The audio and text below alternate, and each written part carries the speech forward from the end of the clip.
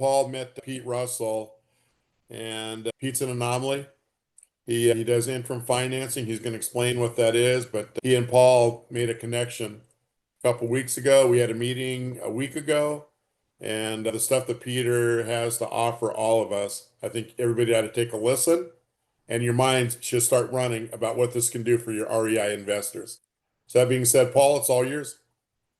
Yeah, thanks, Robert. Thanks, Pete, for being here. Just so you guys know that lead generation actually works. So Pete had created a lead generating system, and I received one of his leads, and I was reading through it, and I'm like, this guy is a money lender. I'm wondering how our businesses might be able to support each other.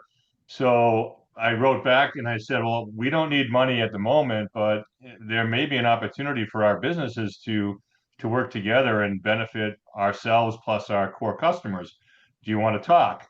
And so he said yes. So and then I said, well, I better get Greg involved with this too. So I invited Greg to the party, and then I actually jumped off the first phone call after an hour, and Greg and Peter kept on talking. So, and one thing led to the other. We had a follow-up call, and then we said, "Hey, Pete, you know what?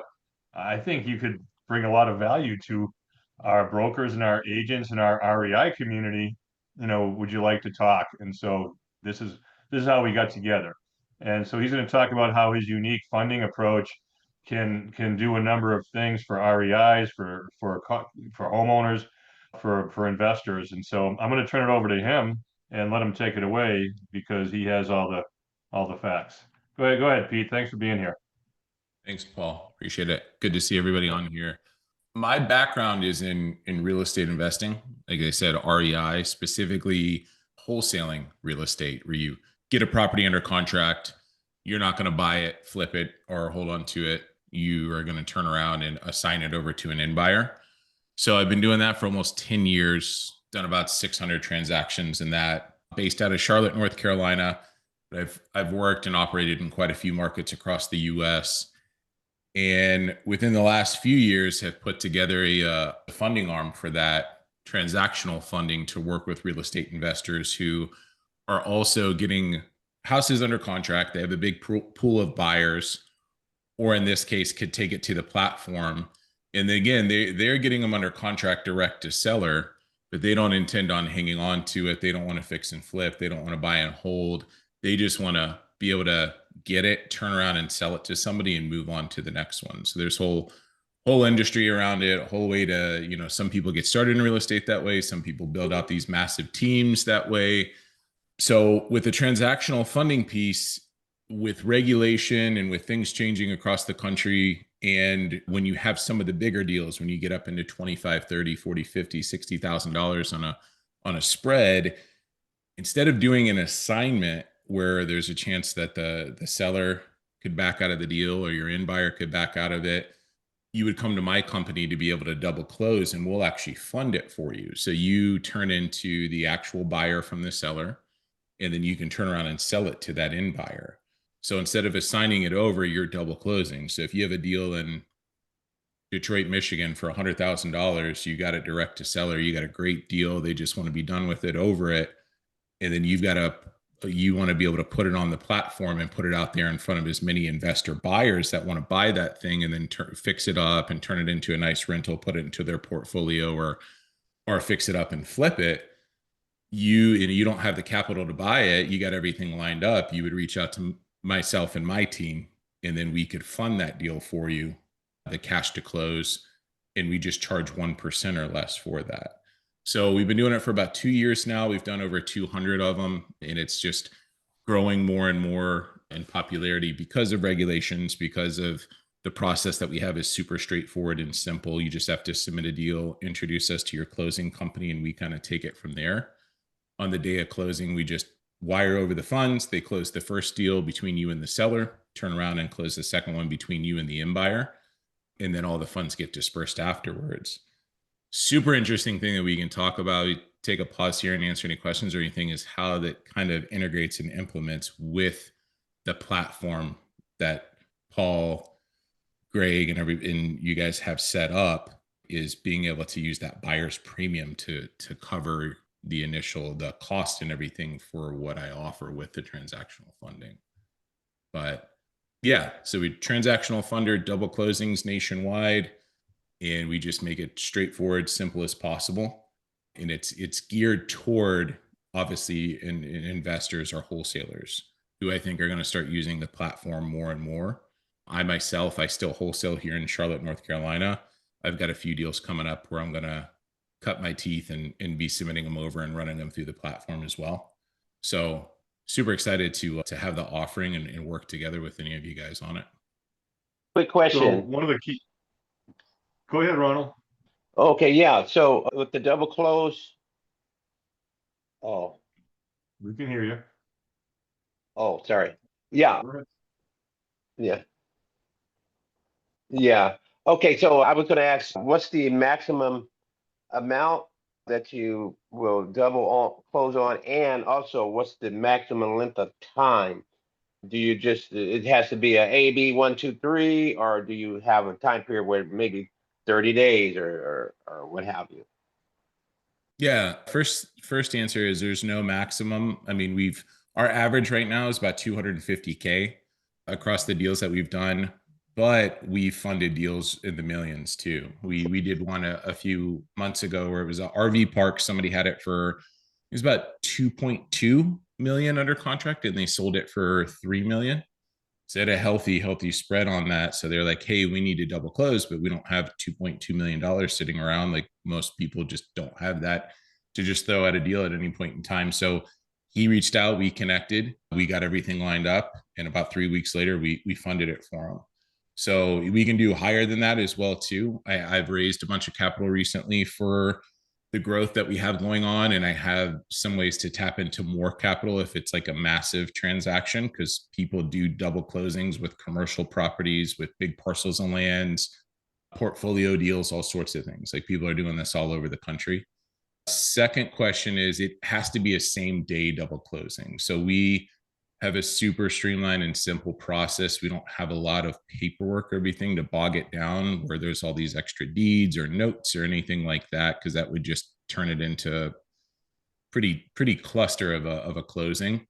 So with us, it just has to be same day. Like we will send the funds over to the closing company once everybody's signed the final closing statements and once the in buyer's funds are in escrow. Obviously, we're not using those funds. You can't do that. But we're just waiting until they're super committed. They have their funds in there. Everybody's like, let's do it. And we communicate that with the attorney or with the title company that, hey, let's get this knocked out back to back on the same day. There's a question in the chat. POF letter is usually the weak link in a wholesale transaction. Does Pete offer a verifiable POF letter? Yep, we do. We offer proof of funds letters free of charge. It's a simple one pager. Just we have a link that we can send over, and I can drop it in the chat here where you fill out the questions. It's just a digital link. It's going to ask your business name, the property address, and the amount that you're making the offer on. We put that specific amount on the proof of funds letter.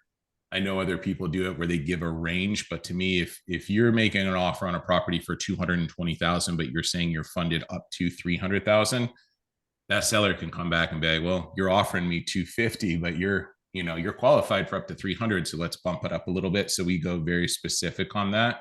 So you fill it out, it comes over to my team and we get that back to you usually pretty quickly, but within 24 hours. But we do offer proof of funds letters. Again, it's not super complex. It's not bank statements. It's not anything like that, but it's worked really well. It's just a one pager that says Velocity Advantage Capital will fund a transaction for such and such company on this address if within the next 30 days, like the funds are good for the next 30 days, and we can always bump that up or adjust it and anything as well. So I'll go ahead and I'll drop that in the chat too.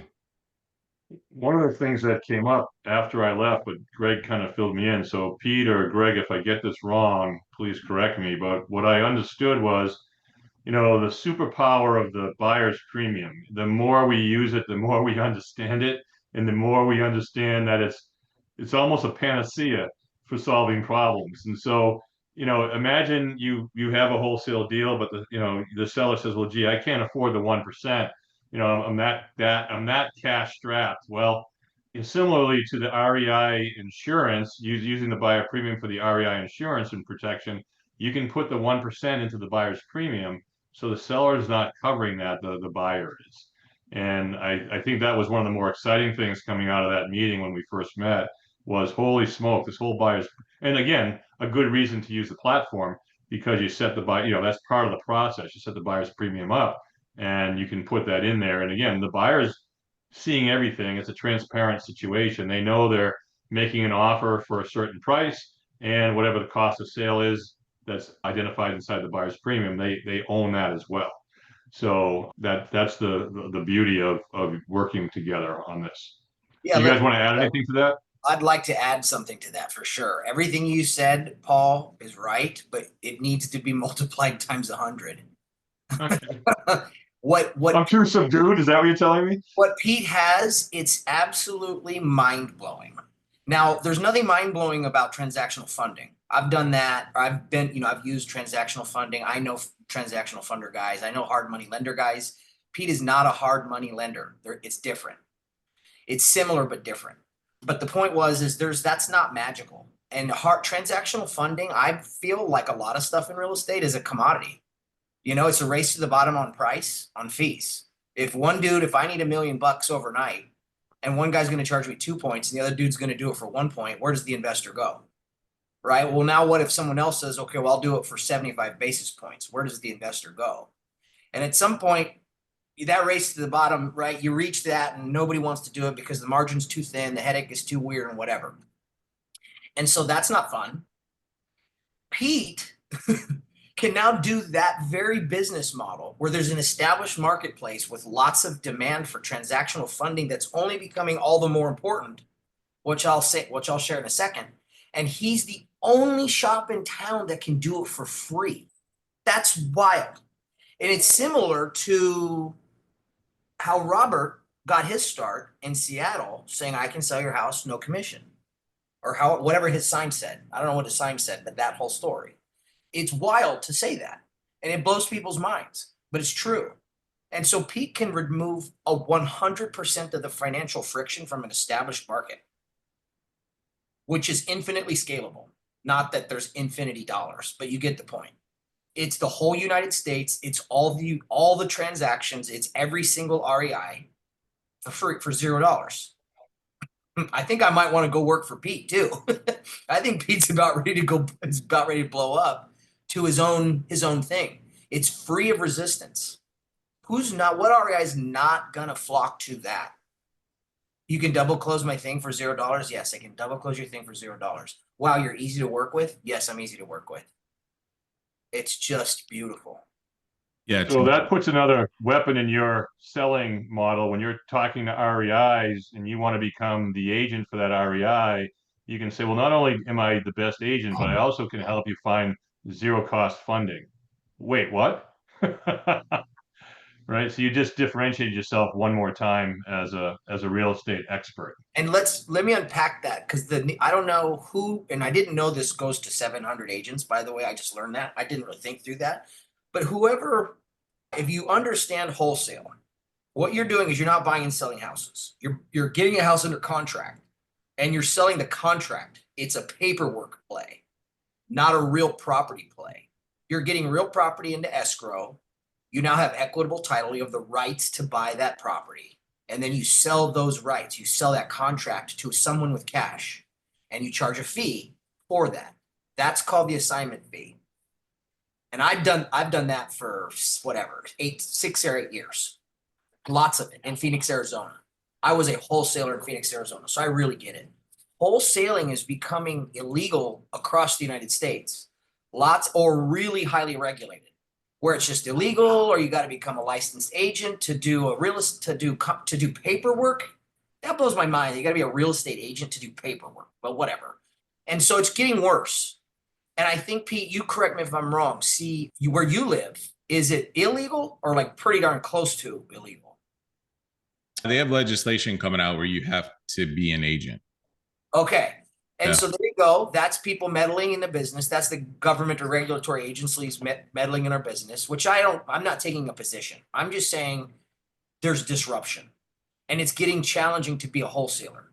So as the laws go and regulatory pressure goes up, the need for double transactional funding goes up. Okay, and so that headwind of pressure is our tailwind for business. So that's awesome. Number two, when you make too much money on a flip, this has happened to me. I don't remember my numbers, but I remember I was making like, I don't know, 60K on an assignment, and the flipper he was only going to make like $35,000, something like that. I don't know, and he was mad. And it's like, no. I just brought you a $35,000 opportunity. That's a good deal, and you want to buy it. You're mad that I'm making 60, and I'm just good at my thing, right? So that happens. When that happens, if you burn one guy, even if they're wrong, right? It's like, fine, if you don't want to make 35 grand, you don't have to make 35 grand. I'll sell it to that guy, right? That's just a free market. It's not a big deal. I've also made $500 on an assignment where the flipper made 50 grand. Right. And I didn't get the check. I didn't get the pat on the back for that. Or I didn't get anything in the mail for that. So when these things happen and you're going to make too much money, you double close because now nobody can see what you're making. It's just close and close. And so you just get your check, you walk, and it's after the fact. And so that is also a good play for REIs who got a screaming deal. Yeah, that, like you said, with the regulation too, there's some markets where you have to set up a new LLC for every deal that you do, which is crazy. Like they're like, you can do assignments all day long, but every single deal that you do, you're going to have to set up an LLC. So it's paperwork, it's time, it's money, that sort of thing. Or more and more, they're pushing people to become that you have to be a licensed agent. So with that, the one thing that's not in a lot of that verbiage is to be able to double close it, right? Like they want to see that you're serious. You're not just locking up, because with wholesaling, there's been obviously bad apples, just like in any industry, but a lot of people out there, it's a low bar of entry. People can get something under contract pretty easily, and then they don't perform, and then they hold up the deal, or they, put a lien on it or whatever it may be, hoping to get paid later on when they actually do sell it. So I think some of the regulatory stuff will be positive. Some of it will be super restrictive, but a big way to be able to continue to do that model is to not do assignments, but to be able to actually buy the property and then turn around and sell it to somebody. To my knowledge right now, there's nothing out there that's like, you can't do that, right? You can buy anything and turn around and sell it. People sell stuff on Facebook Marketplace or whatever all the time, if it's a car or a piece of clothing or whatever. So this is higher stakes and more money, but to be able to get around or not have to worry about the legislation, a lot of people reach out to me from those markets and like, I have this killer deal. I'm not a flipper. I'm not an investor. I don't want to hang on to this thing. I know I have a buyer already lined up, but I don't have the capital to fund it, to close it. And that's where we step in and we're like, okay, we can do that. And we'll make it super simple, and we'll just charge 1% or less. But now if on the platform, people are going on their REI guys and they're like, hey, I want to open up this deal to as many people as possible, because the more people you get it in from, the stronger offers you're going to get, the more non-refundable, like the serious buyers. And then on top of that, if they know they can double close with an easy transactions, that's great. And then on top of that, if you turn around, like it's just going to be like Greg said, is just going to be mind blowing when you're like, yeah, you can double close it and it's actually going to be covered, right? Like you're going to get the win-win-win in all case scenarios. You're going to get the strongest offer possible, the most eyes on it. And then you're going to be able to double close, and it's not going to cost you anything. It's going to be covered in that buyer's premium. Like that is a massive, massive tool for investors and everybody to use. Because when you do double close, you have to pay.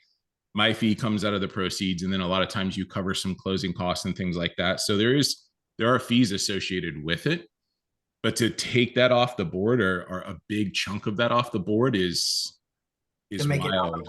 Yeah, it's wild. So here's the other kicker to wholesale is when you are doing a wholesale deal. Like if I'm buying a deal and my company's name is Greg Bilbro LLC, and I'm buying a house for 100 grand, and then I sign it for 120.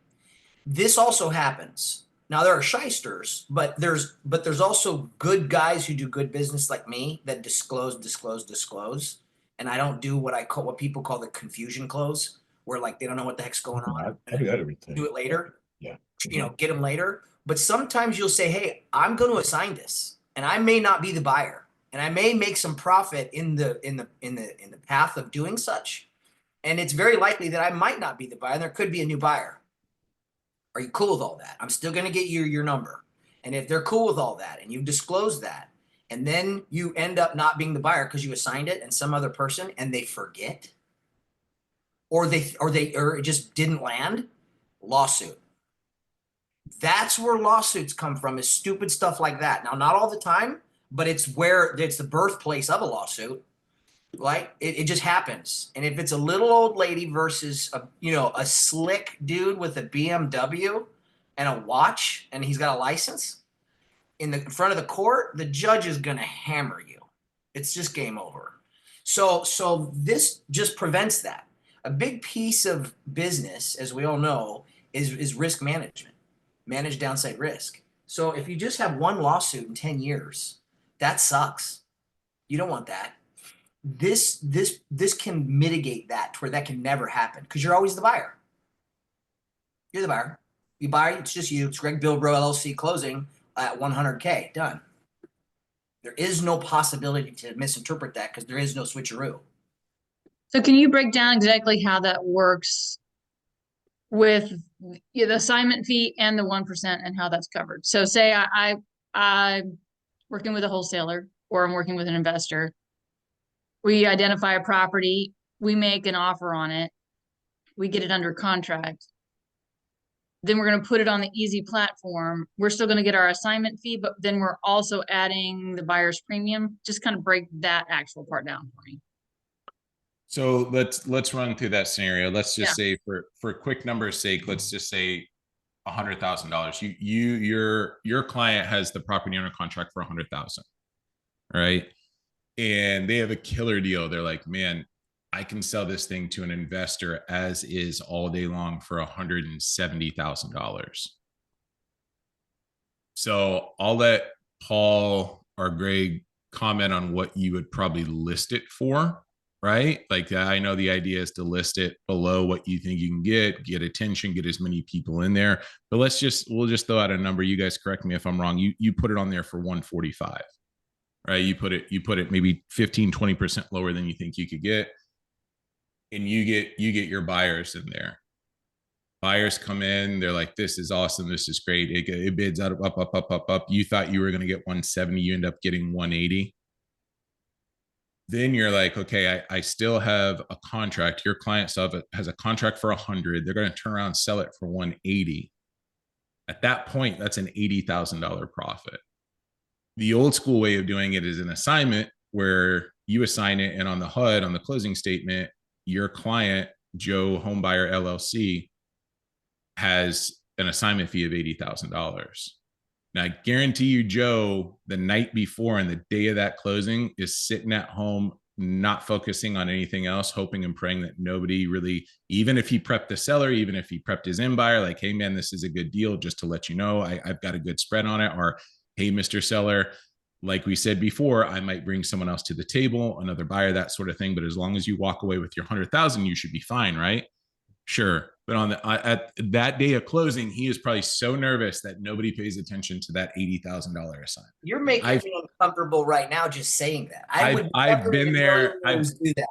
I've been there myself, because the first 4 or 5 years that I did wholesaling, I only did assignments. I didn't even know about double closings. Yeah. And I had people walk out at closing, at the closing table before, because they were upset. And then I've had buyers too, my end buyers. I don't, with the sellers, like Greg said, like I prep them. I'm as straightforward as possible and letting them know the situation. But with your end buyers too, if they see that, especially sometimes they see the closing statement early on, like a few days beforehand, that buyer sees $80,000 and they're like, oh man, like, this guy's getting it over on me. He's got a bunch of room. I'm going to go back and retrade it and say that we need to do a new roof or whatever. Right. Yeah. So you're hoping, you're praying, you're like, God, please, like, just let this go through, because $80,000 is great. And I can put it towards marketing. I can go to Vegas. I can do whatever I want to do with that $80,000. Smart person puts it back into their business, pays their people, that sort of thing. With a double close, you throw all that out the window, because you are the person that buys it from Mr. and Mrs. Seller for 100, right? And then you have a separate contract with your end buyer for 180. they don't see that you bought it for 100. You are like, I'm going to buy it. It blows people's mind because it's a same day double close. But you buy it, you hold it for however long it takes to record, and then they turn around at the title company and sell it to that end buyer for 180. I have a question. with- Do you need funds to be able to close it same day? You need that capital? You have to buy it, right? It's not gonna go in your name as the investor or wholesaler unless you actually, it's a regular transaction. You have to buy it. So You have to have the cash in order to close it, whether you're getting hard money or you have the cash or whatever, right? was the wholesaler is the middleman, is the investor, is like the client in this scenario. You have to buy it. Yeah, you're gonna have to buy it. So that's where I step in and I say, I'm gonna fund it. I'll fund your deal with Mrs. Seller for 100K. So you can turn around and sell it to that end buyer. That end buyer might use cash, they could use hard money, they could use whatever. That doesn't really matter. It has to be there on the day of closing. But I step in and I say, hey, Michael, I know you don't have 100K under your mattress to close on this deal. Totally fine. I'll fund it for you and I'll charge you 1% or less, right? That's what I do. And you say, okay, cool. So on these bigger spreads, you're like, I want to double close. To me, my rule of thumb is anything over $25,000, you should double close it, right? Yeah. Under that, it's your call. I say, obviously, now that I have a company for it, I double close everything. It's just super easy business. Like Greg was saying, it just keeps anything from happening and blowing up on you at the closing table. So in this case, though, so that one, it's 100. I bought it for 100. I turned around and I sold it for 180. And you're going to have to, when the second deal closes, when that end buyer buys it on the same day, I'm going to get my 100 back that I purchased, that I sent over, and then I get my fee back, right? And then you get your profit. So you're probably, instead of 80K, you'll walk away with, let's just say 180 or 77,000. Maybe all in all, it cost you 3,000 between me and you're paying closing costs on that first deal. Because most wholesalers say, hey, I'll pay your closing costs, Mr. Seller, right? And let's just say that's $2,000. So you're walking away, cost of business, to protect your profit, you're spending $3,000. So with that, with putting it on the platform, you can now say, Pete will double close for you, and you walk away with the 80K because my fee is covered by the buyer's premium. The closing cost on the first transaction between you, the wholesaler, and Mrs. Seller is covered. So that's the crazy thing that we're saying. With that buyer's premium, my fee, any other fees related to it that usually the wholesaler would have to eat, is now covered by that buyer's premium. Which is huge. If you have clients and you're like, hey man, this is a killer deal. Let's put it on the platform. Let's get it in front of as many buyers as possible. Let's bump up their offers. And guess what? You don't have to worry about the seller or the end buyer seeing that you're making a massive profit, because you can double close. And by the way, it's covered. Like, you don't have to pay for it.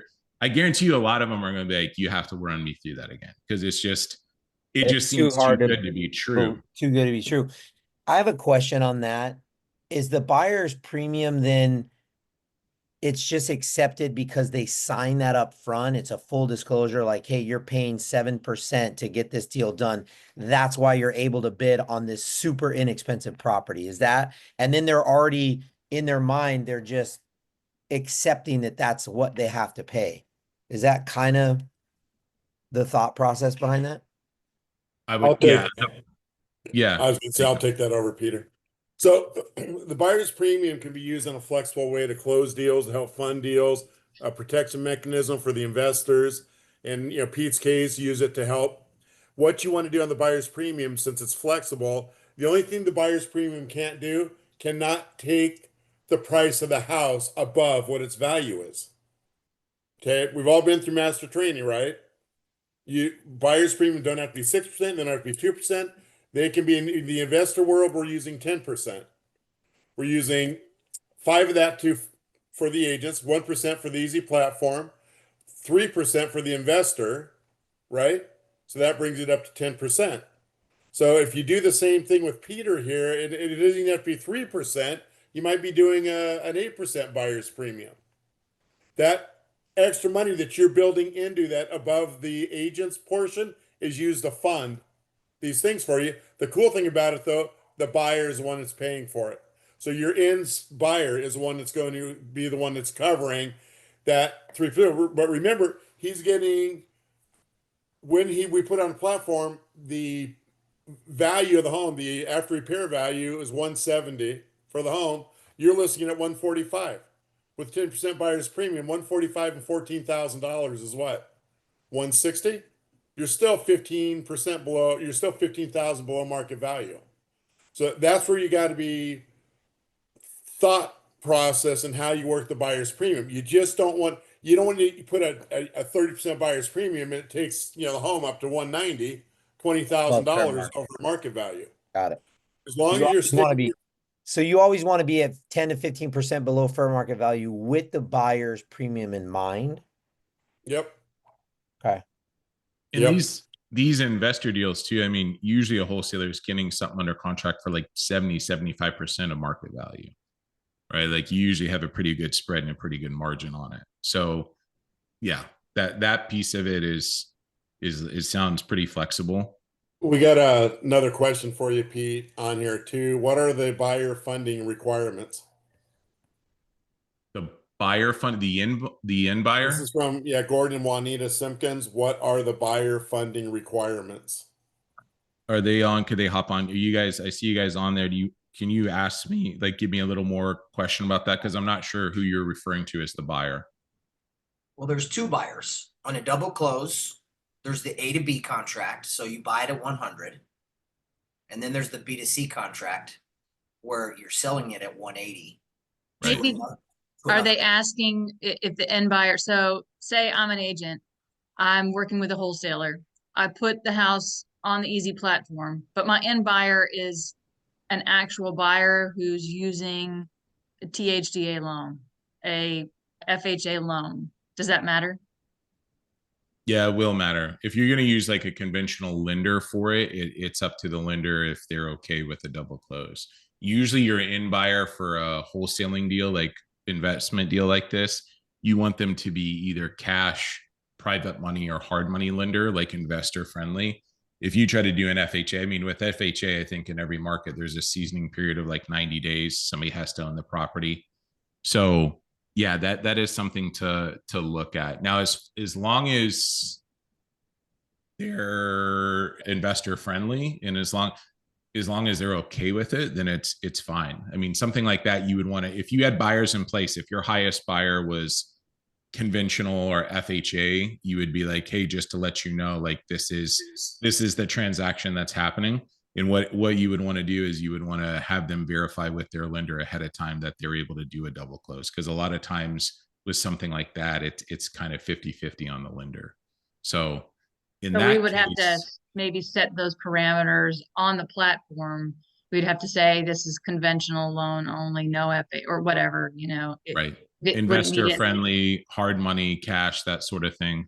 Yeah, I mean, when I do something similar with an agent here in Charlotte where we put stuff on MLS, and when they put it on MLS, they just say, investor friendly, cash, hard money only, no FHA, that sort of thing. Like it's good to let them know. They just answered. Apparently they can't talk on the thing. Buyer requirements obtaining transactional funding from your program. Oh, my requirement is if you have a deal, then and it works out, I'll fund it. I don't care if it's your first deal ever. I don't care if you've done 1,000 of them. I hope you're making as much as possible on every deal. A lot of people ask me, they're like, oh, on this one, I'm only making 10K. Will you still fund it?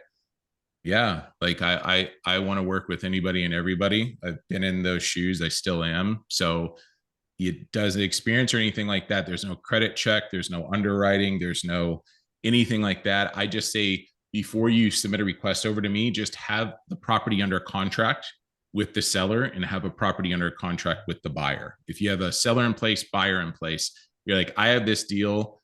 It's going to close 3 weeks from now, a month from now, or hey, I'm late to it. It's going to close in 5 days. Can you fund it? Send it over, introduce us to the title company, and we'll work with them and get it lined up. We do have people that request stuff last minute. Every once in a while, I'll get an email from like a paralegal and they're like, hey, this person needs transactional funding. It turned from an assignment to a double close. As long as we're not funding like 10 deals that day and have enough capital, like we'll do a quick turnaround and fund it, or we'll say, hey, we could do it tomorrow. Is there any way to push this one day? But there's no, the only requirement is that you have a contract in place with a seller and a buyer, and then we just run with it from there. And let me add a detail to that to simplify it and also delineate it a bit from hard money lending. Hard money lending, they lend against the asset in case they've got to repossess it. That's not at all what Pete's doing. The easy way to understand what Pete's doing is, let's assume there's got to be 100 things that have to happen for a real estate transaction to go down, where you're buying it A to B and B to C. What Pete does is he only sends the wire when the other 99 things are done. Pete's the last thing. The other dude's money's there. All the inspections are done. There's nothing that can hold this. It's just add water, meaning Pete's money, and then it happens. So there cannot be a contingency of any kind, or else Pete doesn't send the wire. So that's just how you got, and if there's 1,000 things that have to get a transaction to happen, Pete makes sure 999 are done. So that's what transactional funding is it's the last step for a transaction to occur. Yeah, we get everything lined up and we're ready to go. Like, we're in communication with title. We make sure, that's why we have you introduce us to whoever the closing company is, right? Like, we just want to make sure that we're communicating with them. We're not bothering you. They're the ones that are going to update us. They'll say, hey, Velocity, like this deal's pushed 2 weeks, something happened, right? Or they'll say, hey, you know, the buyer backed out, the investor's looking for another buyer. We'll get back. We'll let you know when that's back on track. So that's why the biggest piece is, after you submit the request, we have you put us in contact with your closing company, because we just communicate directly with them. They're going to let us know up to speed, up to date, what's going on with the deal. And then obviously they prep us too. And they're like, hey, we're a day out, everything's signed, everything's ready to go. In buyer's going to wire their funds over in the morning. As soon as they do, we'll be ready to go. So we're involved throughout, but we are the very last piece of the puzzle. And that's just because deals get pushed, things go sideways, whatever may happen. So we're going to send our funds over when all the boxes and everything are checked and everything's good to go.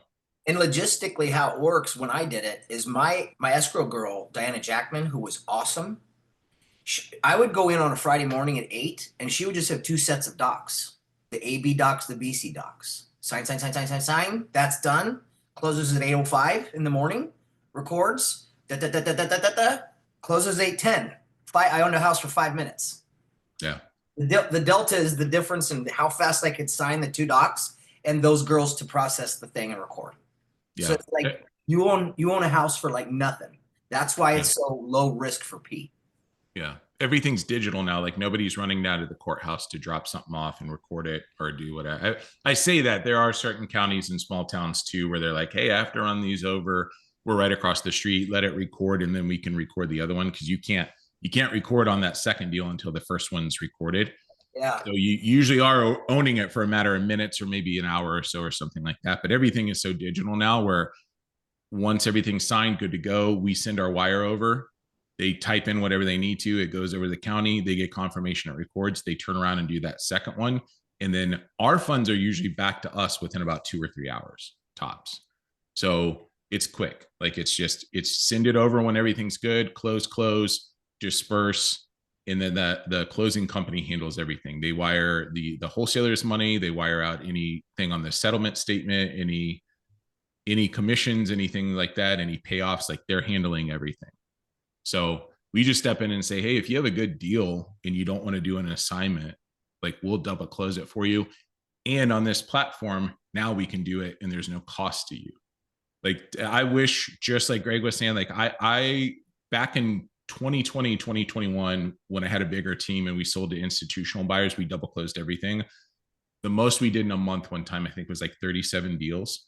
And probably 90% was to institutional buyers. If I would have had something like this and something to cover it, I mean, that is thousands and thousands, tens of thousands of dollars in a month saved, maybe close to 100K. So to be able to tell your REI clients, like, hey, if you have a deal and you want to list it, you have it under contract, you haven't bought it yet, and you're just looking for buyers, with Easy Platform, you can actually, there's someone within there, the platform, that can double close it for you, not just for cheap, but for free. It's crazy. It's wild. Like it's really, really neat. And I Well, think we have two more questions from Kenneth Collins. And Kenneth, just so you know, he's a broker owner of a company. Do you fund LLCs or must assignment contract be in my name? That's the first question. And then I'll give you, you're making such a splash on everybody. Can Pete put together a training session for us on the entire process so it will be clear up how this works, A to B, B to C, and the title and escrow transition? So that may have just been answered. So, but those are the two things he's asking. Yeah, Pete, I put that in there because I didn't want to break in and stop your conversation. It was so much fire in the mix. I didn't want to say anything, so I typed it in. Appreciate it. Yeah. The first question is, you fund LLCs? We do both. Really, whatever that investor has the contract in, most of them have it under an LLC, right? Like Tommy Homebuyer or Exclusive Estate LLC, and that's what you're contracting the property under. But sometimes they're one-off deals where someone just does it under their name. Again, it doesn't matter. It's not going to stop it. It's whatever you have it under contract for. That's what's going to show on the settlement statement. But yeah, as long as you have a contract with the seller, contract with a buyer, and everything lines up and gets to closing, like, we'll fund it. We don't, for that, again, it could be under a corporation, an LLC, a personal name, it could be under your pet's name, wherever you have that set up, like, it's fine on our end. And then I have, if you guys want to, I post quite a bit of content online about it. And all I do is talk about transactional funding like over and over and over. And I'm like, people are going to get tired of this, but I keep getting pushed by people to put it out there because it is, a lot of people have kind of heard about it, but they're not 100% sure of the process. And it just seems a little different. I'll probably eventually put together something. I might even try to use something cool and fun with like AI, like a quick instructional of like how to do it. But I don't have anything right now. So that pushes me a little bit more to put it together. But it's really, if anyone's familiar with the wholesaling and assignment real estate space, it's the exact same thing, but instead of assigning it over to your end buyer, you're buying it and selling it to them on the same day. So I was going to say, we could offer you another Thursday as well, if you wanted to, and let everybody know. Hey, one of the things I want to ask everybody collectively as a group, and I'd like to hear some feedback, and I'd like Pete and all of us to hear the feedback. How cool is it that somebody has the core value of our business? We're not complicated. We have nothing hidden. We disclose everything. We represent the public. We represent the agents. We make it nice and simple. How cool is it? We've got a strategic partner here that is going to help you guys change the world. No, that's great. I mean, that's excellent. I find, that's why I put 3 fire emojis in the chat section. Yeah, I think it's the best of both worlds. Like I said, as a wholesaler, like I'm excited to start using the platform here in Charlotte and putting it out there, because I know in my over years of doing it, the more people you get it in front of, and if you give them a concise time where it's not like, no, I'm not just gonna show you on a random Tuesday where you don't show up, or no, I'm not gonna like bend over backwards for whatever, but this is the set time schedule. If you really like it, you'll get out there, or you'll get out there with your client, or whatever it looks like. When you create that kind of demand and everything around it, like, you'll get the best offers that way. The more people you get it in front of, and if it's controlled too, where it takes a lot of times, in my experience, the buyers are like, hey, I'm top dog. I'm going to buy this from you. I'm the guy with money. Right. But when you're like, cool, you're top dog, but there's 20, 30 or 100 others of you out there, it makes them be like, okay, I better show up, or I better be serious with these offers. So to be able to have that and put it out there in front of as many people as possible is amazing. And then again, adding that piece to it where now I can protect it, where nobody's going to contract it for something, but then come back and try to retrade it or offer less last minute or anything like that. And then now I can do that where it's covered on the buyer's premium. Like, it's not coming out of my pocket as the investor, as the wholesaler, is amazing. Like, it's really cool stuff. So I'm excited to use it myself, but I'm excited for anybody else around the country to Yeah, use my it. partner and I, he just Yeah, he just texted me. We're in the tragedy of the fires in Palisades and Altadena. Of course, we're in the area because I just got a call from him, and he has two deals. One house that's the last house standing on the block that wasn't touched. Mm, This is off market, and another house, a gentleman needs about 100K in rehab work. But they're buying lots out here in California for $750,000, $800,000. Lots, just yeah. lots. These are developers. And so we're in that area heavy, not trying to put pressure on owners, just offering. He had not known about easy, but I told him, hey man, why don't let's go in there and start offering these sellers in distress easy. And he hadn't thought about it. So he's actually going back today to actually offer the easy program to these two off-market sellers. I think it'll work out. I think it'll be really helpful in instances like that where you're trying to maximize and help them as much as possible too. Right. Yeah. So he's working with me and see what we're going to do. But what in that transitional, because we both do wholesaling too, that's fantastic. Do you have YouTube? Do you have YouTube, Pete? I do. I'm on YouTube. Yeah. It's not the craziest, most in-depth stuff, but I pay a company to put out content and everything for me. So if you look me up, I'm on there. Gotcha. Got some shorts and everything. Yeah. Thank and you. I can share I'll put my number here in the chat too. If anyone ever wants to text or call and set up a time. Actually, what I'm going to do is I'm going to put in my link to just schedule a time to chat. So if anybody wants to take 15, 20 minutes or whatever to ask some questions and any follow up, I'm happy to do that too. Great. Thank you. Sure.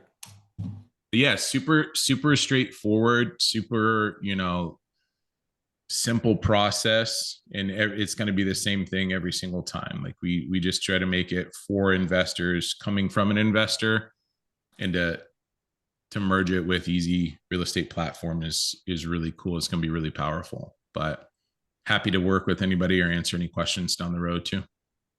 Did you put your number in there, Pete? Do we have your phone number if we have I put the link to click on. It's probably better that way because sometimes people call or text, and if I have back-to-backs, I can put it in there too. The best way to make sure that I can carve out some time for you is I put a link. It's like a Calendly, but it's the Google version to set a time.